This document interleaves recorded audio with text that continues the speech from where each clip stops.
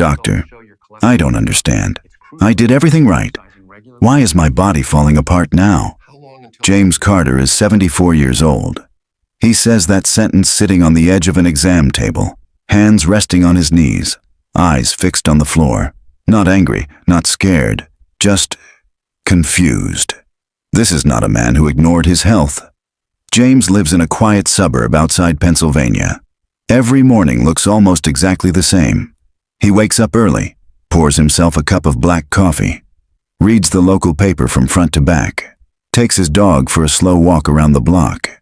He eats simple American food, nothing fancy, nothing extreme. He doesn't smoke, he doesn't drink, he doesn't eat fast food. No burgers every night, no sodas, no late-night junk. And every single day, without fail, he eats fruit. Because fruit is healthy, because fruit is safe, because fruit is what you're supposed to eat when you're trying to take care of yourself. James has been doing that for decades. That's why this moment makes no sense to him. This could be you, or your father, or the man who lives next door. James didn't come to the doctor because he felt sick. This was just a routine visit. The kind you schedule once a year to make sure everything's fine. He felt okay. Maybe a little more tired than he used to be, but who isn't at his age? Then the numbers came back. His A1C was higher than last year, not catastrophic, but trending up. His liver enzymes were mildly elevated. Nothing dramatic, but not normal. His heart rhythm, a little irregular, just enough to notice. The room went quiet. James looked up and said the words almost every doctor hears from seniors sooner or later. Doctor, I didn't change anything. I eat fruit every day. That sentence hangs in the air. Because he's telling the truth. Let me ask you something. If fruit is healthy, why are so many older adults getting sicker? Why are people who eat clean, who follow the rules, who do what they're told, suddenly dealing with diabetes, heart rhythm problems, fatty liver, kidney issues? According to the CDC, more than half of Americans over 65 are either diabetic or pre-diabetic. Medicare data shows metabolic disease doesn't slowly creep in. It accelerates after 70. That's not because seniors suddenly become reckless. It's because something no one explains to them has already changed. Here's the truth most people never hear. The problem is not what you eat, it's when you eat it in your life. Your body at 40 is not your body at 70. And some foods, especially certain fruits, don't cause problems loudly. They don't make you feel sick right away. They don't hurt immediately. They work quietly, day after day, year after year, slowly pushing blood sugar higher, slowly straining the liver, slowly disrupting the heart. James didn't know that yet, and neither do most people watching this. But before we finish this story, you're going to learn about 5 common fruits. Fruits most seniors trust. That may be silently working against your health right now. Not today, not all at once, one by one. And what happens next starts with the first mistake almost everyone overlooks. Today, I'm going to show you exactly which fruits are poisoning you and which ones will save you. Before we start, hit that like button and comment your age below. Let's begin. James wasn't confused because he felt sick. He was confused because nothing felt different. His mornings were the same. His habits were the same. His discipline was the same. What changed was something he couldn't see. After 70, the human body doesn't collapse. It recalibrates. Quietly.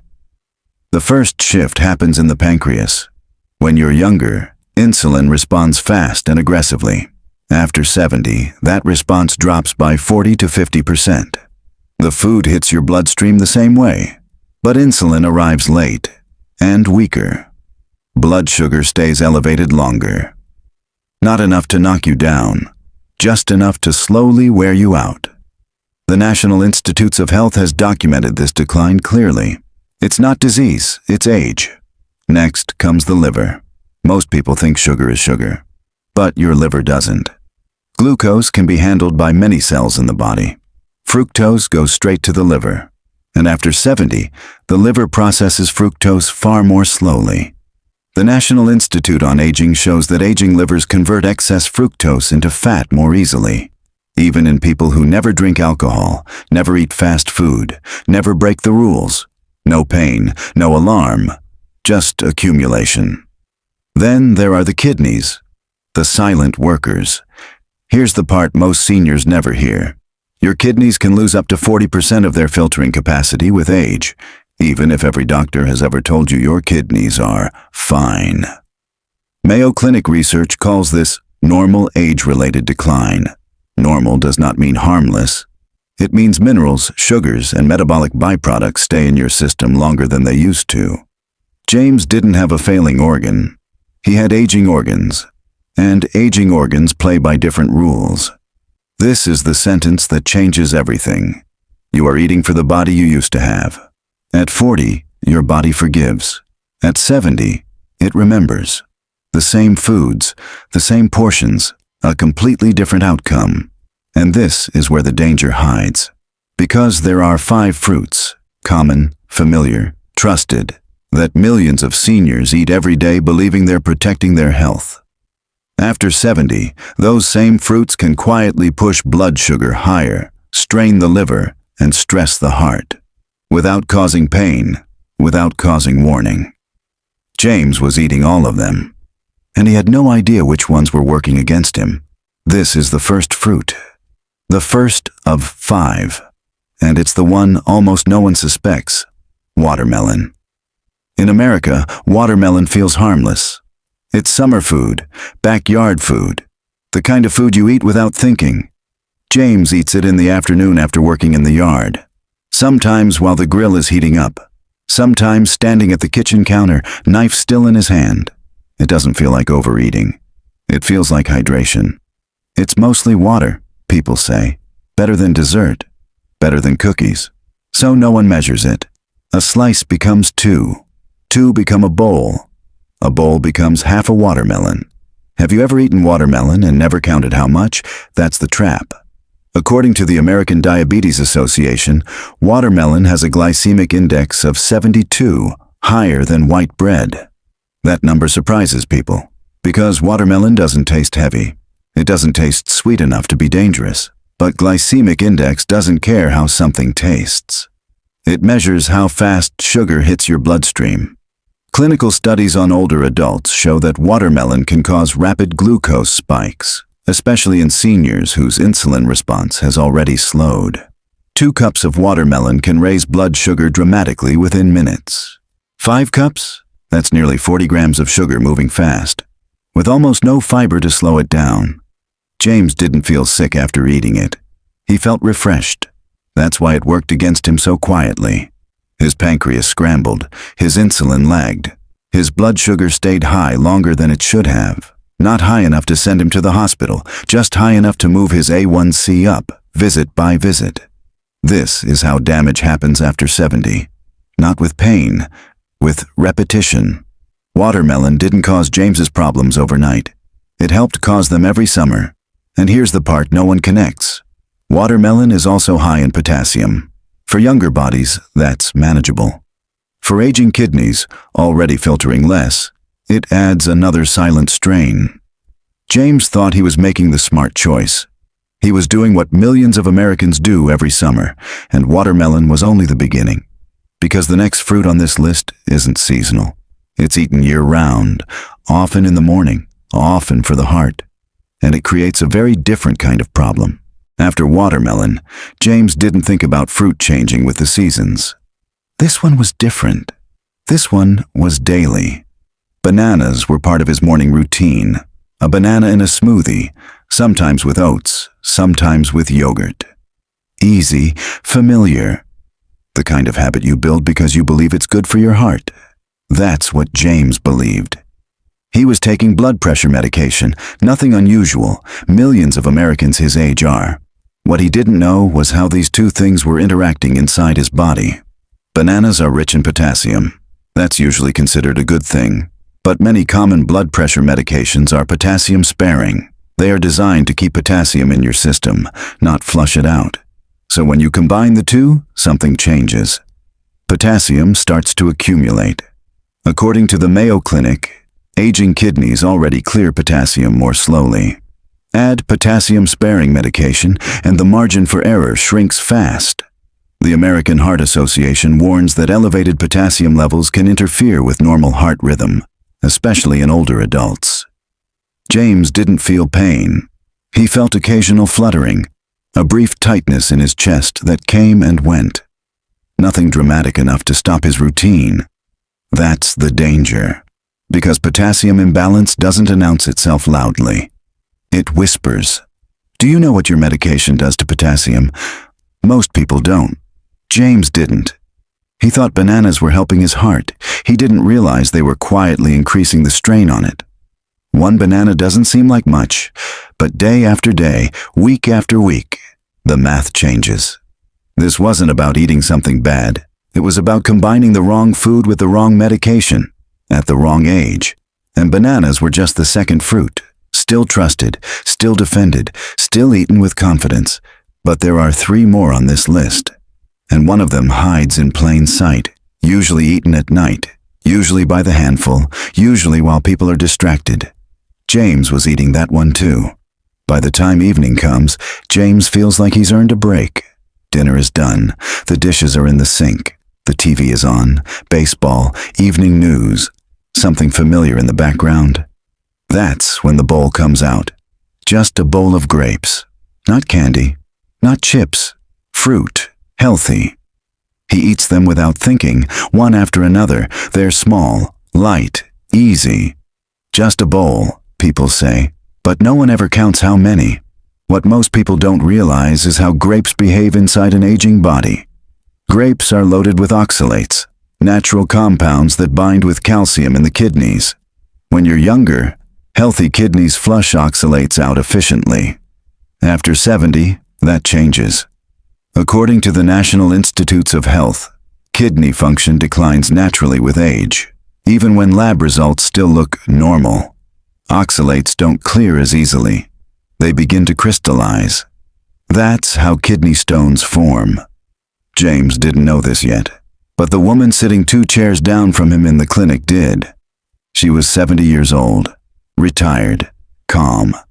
She told her doctor she had woken up one night with pain so sharp it took her breath away. A scan confirmed kidney stones. When the doctor asked about her diet, she answered confidently, "I eat healthy," she said, "mostly fruit, especially grapes." Research from US-based kidney stone studies shows that diets high in oxalate-rich foods significantly increase stone risk in older adults. And grapes don't just stress the kidneys. They deliver sugar fast. A cup of grapes contains over 20 grams of sugar, absorbed quickly, with very little fiber to slow it down. Raisins are worse. When grapes are dried, the water disappears, the sugar doesn't. A small box of raisins is the sugar equivalent of several cups of grapes. James liked those too. They felt harmless. They felt controlled. They weren't. This is how the third fruit works against you, quietly, at night, while you're relaxed, while you're distracted. James thought he was winding down. Instead, his kidneys and blood sugar were being pushed, again. And there are still 2 more fruits left. One is often poured into a glass in the morning. The other usually comes as a gift. And both feel just as innocent. Morning feels different from night. At night, people snack. In the morning, they try to be healthy. That's where pineapple shows up. James doesn't always eat it with a fork. Sometimes it's poured into a glass. Juice, bright, cold, refreshing. Marketed as clean fuel to start the day.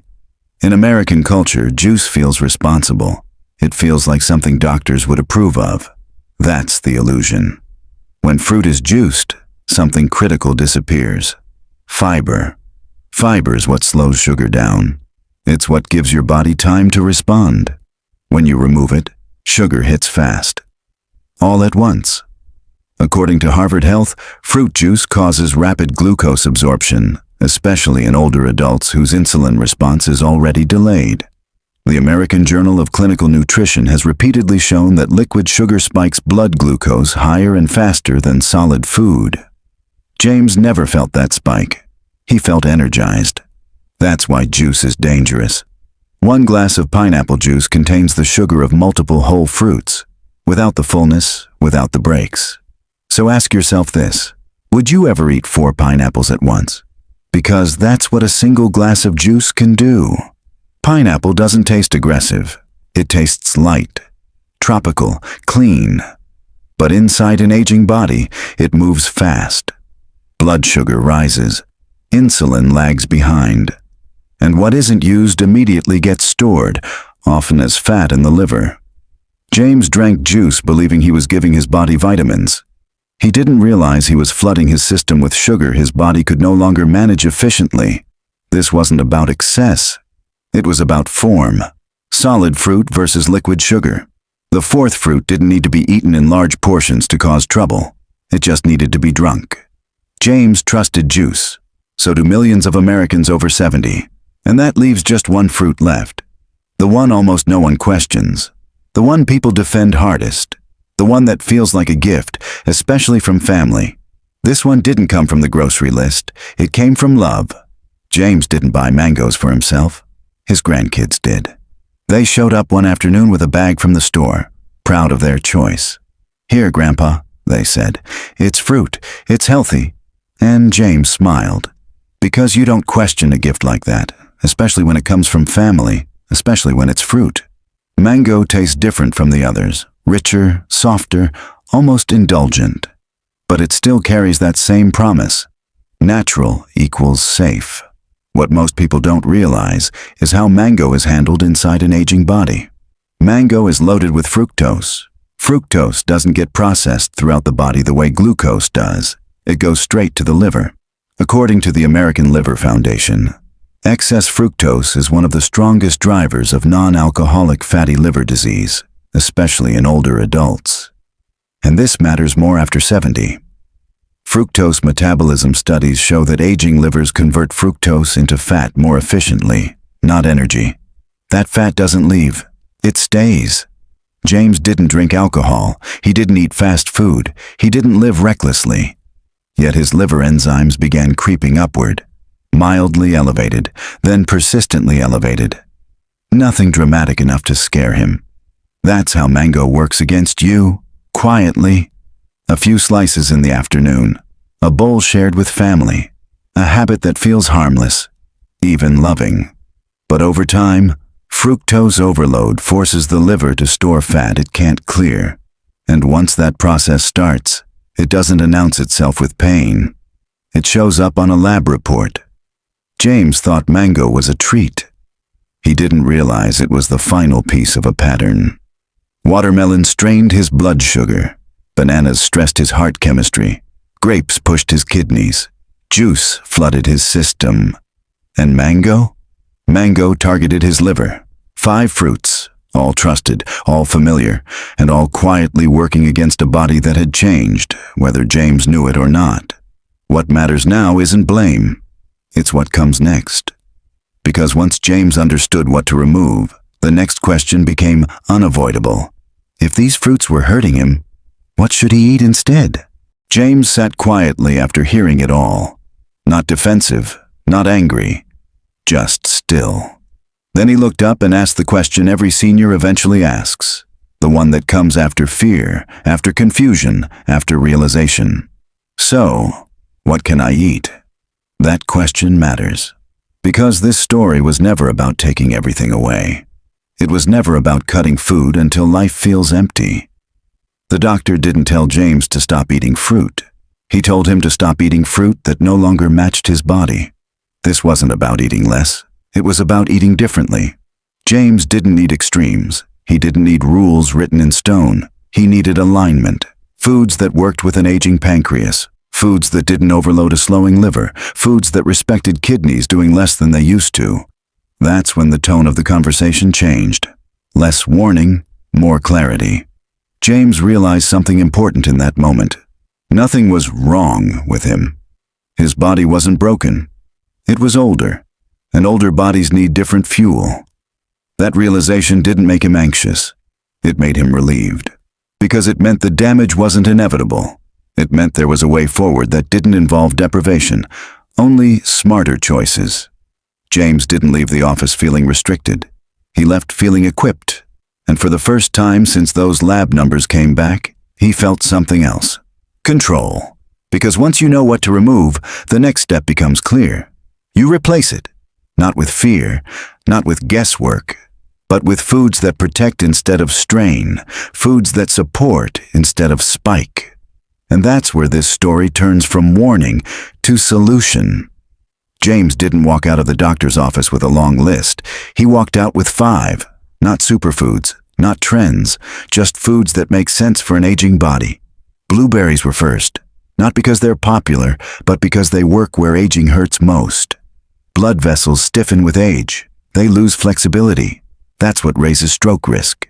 Blueberries are rich in anthocyanins, compounds shown to support blood vessel health. A long-term study published by Harvard-affiliated researchers found that adults who regularly consumed blueberries had a significantly lower risk of stroke. Not a miracle. A measurable difference. James didn't need a supplement. He added half a cup of blueberries to plain Greek yogurt in the morning. No sugar, no juice. Just simple, steady protection. Next came apples. Not apple juice, not applesauce. Whole apples, with the skin. Apples contain pectin, a soluble fiber that binds to LDL cholesterol and helps remove it from the body. Research from Ohio State University showed that eating 1 apple a day reduced bad cholesterol by over 20% in just 4 weeks. That matters after 70, when arteries don't recover as easily. James ate 1 apple about 30 minutes before breakfast. It wasn't dramatic. It was consistent. And consistency is what aging bodies respond to best. Tomatoes surprised James, especially the part about cooking them. When tomatoes are heated, they release lycopene, a powerful antioxidant linked to reduced blood clot formation. According to US-based cardiovascular research, cooked tomatoes increase lycopene absorption by up to 300%. Blood clots are the leading cause of stroke. That made tomatoes more than a vegetable. They became protection. James sautéed tomatoes with eggs and olive oil a few mornings a week. Nothing fancy. Just warm, familiar food, doing quiet work. Avocados came next. They don't contain sugar. Not a trace.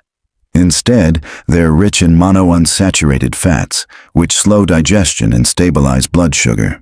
The American Heart Association has linked regular avocado consumption to improved cholesterol balance and reduced cardiovascular risk. James added half an avocado to his lunch salad. He noticed something quickly. He didn't crash in the afternoon anymore. His energy stayed level. That's what stable blood sugar feels like. The last food focused on defense. Kiwi. 1 kiwi contains more than 100% of the daily vitamin C requirement. Vitamin C isn't just about colds. It supports immune response, something that naturally weakens with age. A study from New Zealand tracking older adults found that those who ate kiwi daily had significantly fewer respiratory infections. James ate 1 kiwi in the afternoon. Skin on. Washed. Simple. None of these foods asked James to suffer. None asked him to give up eating. They respected where his body was, not where it used to be. And that made all the difference. 3 months passed. Then 6. James didn't feel like a different man. He felt like himself again. The next set of labs told the story his body had been trying to tell quietly for years. His A1C came down, not dramatically, but clearly. His liver enzymes returned to normal range. The numbers stopped creeping upward. The irregular heart rhythm? Gone. Nothing about his life became extreme. He didn't starve. He didn't obsess. He didn't live in fear of food. He just stopped fighting his age. James sat back in the same exam room, on the same table, across from the same doctor. This time, his posture was different. He wasn't confused. He wasn't asking why. He already knew. And when the doctor looked up from the chart, James said something simple, something that explained everything without sounding like advice or regret. "I didn't eat less," he said. "I ate smarter." That sentence matters, because it means this story was never about discipline. James had discipline. It was about alignment, matching food to the body he has now, not the one he remembers. James didn't turn back time. He stopped working against it. And that's the part most people miss. Aging doesn't mean decline is automatic. It means the rules change. When you learn the new rules, your body responds. Quietly, steadily, without drama. James didn't chase health. He stopped blocking it. Before this story ends, pause for a moment. Not to judge yourself, not to change everything overnight. Just to ask the right questions, because health after 70 doesn't collapse suddenly. It drifts, unless you pay attention. So ask yourself this. Do you know your A1C, not last year but now? Do you know how your kidneys are really doing? Not just whether they're fine, but whether they've slowed with age? And, most important of all, do the foods you trust every day still make sense with the medications you're taking? Those questions don't demand fear. They invite clarity.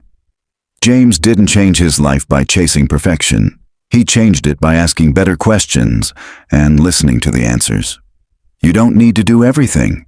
You just need to do the right things at the right time in your life. Because aging isn't a failure. And your 70s don't have to be the beginning of decline. If this information helped you, share it with someone you love. Hit that like button, comment your age below, subscribe to this channel. I share life-saving health information every week. Your 70s, 80s, 90s can be your healthiest years. It starts with the choices you make today.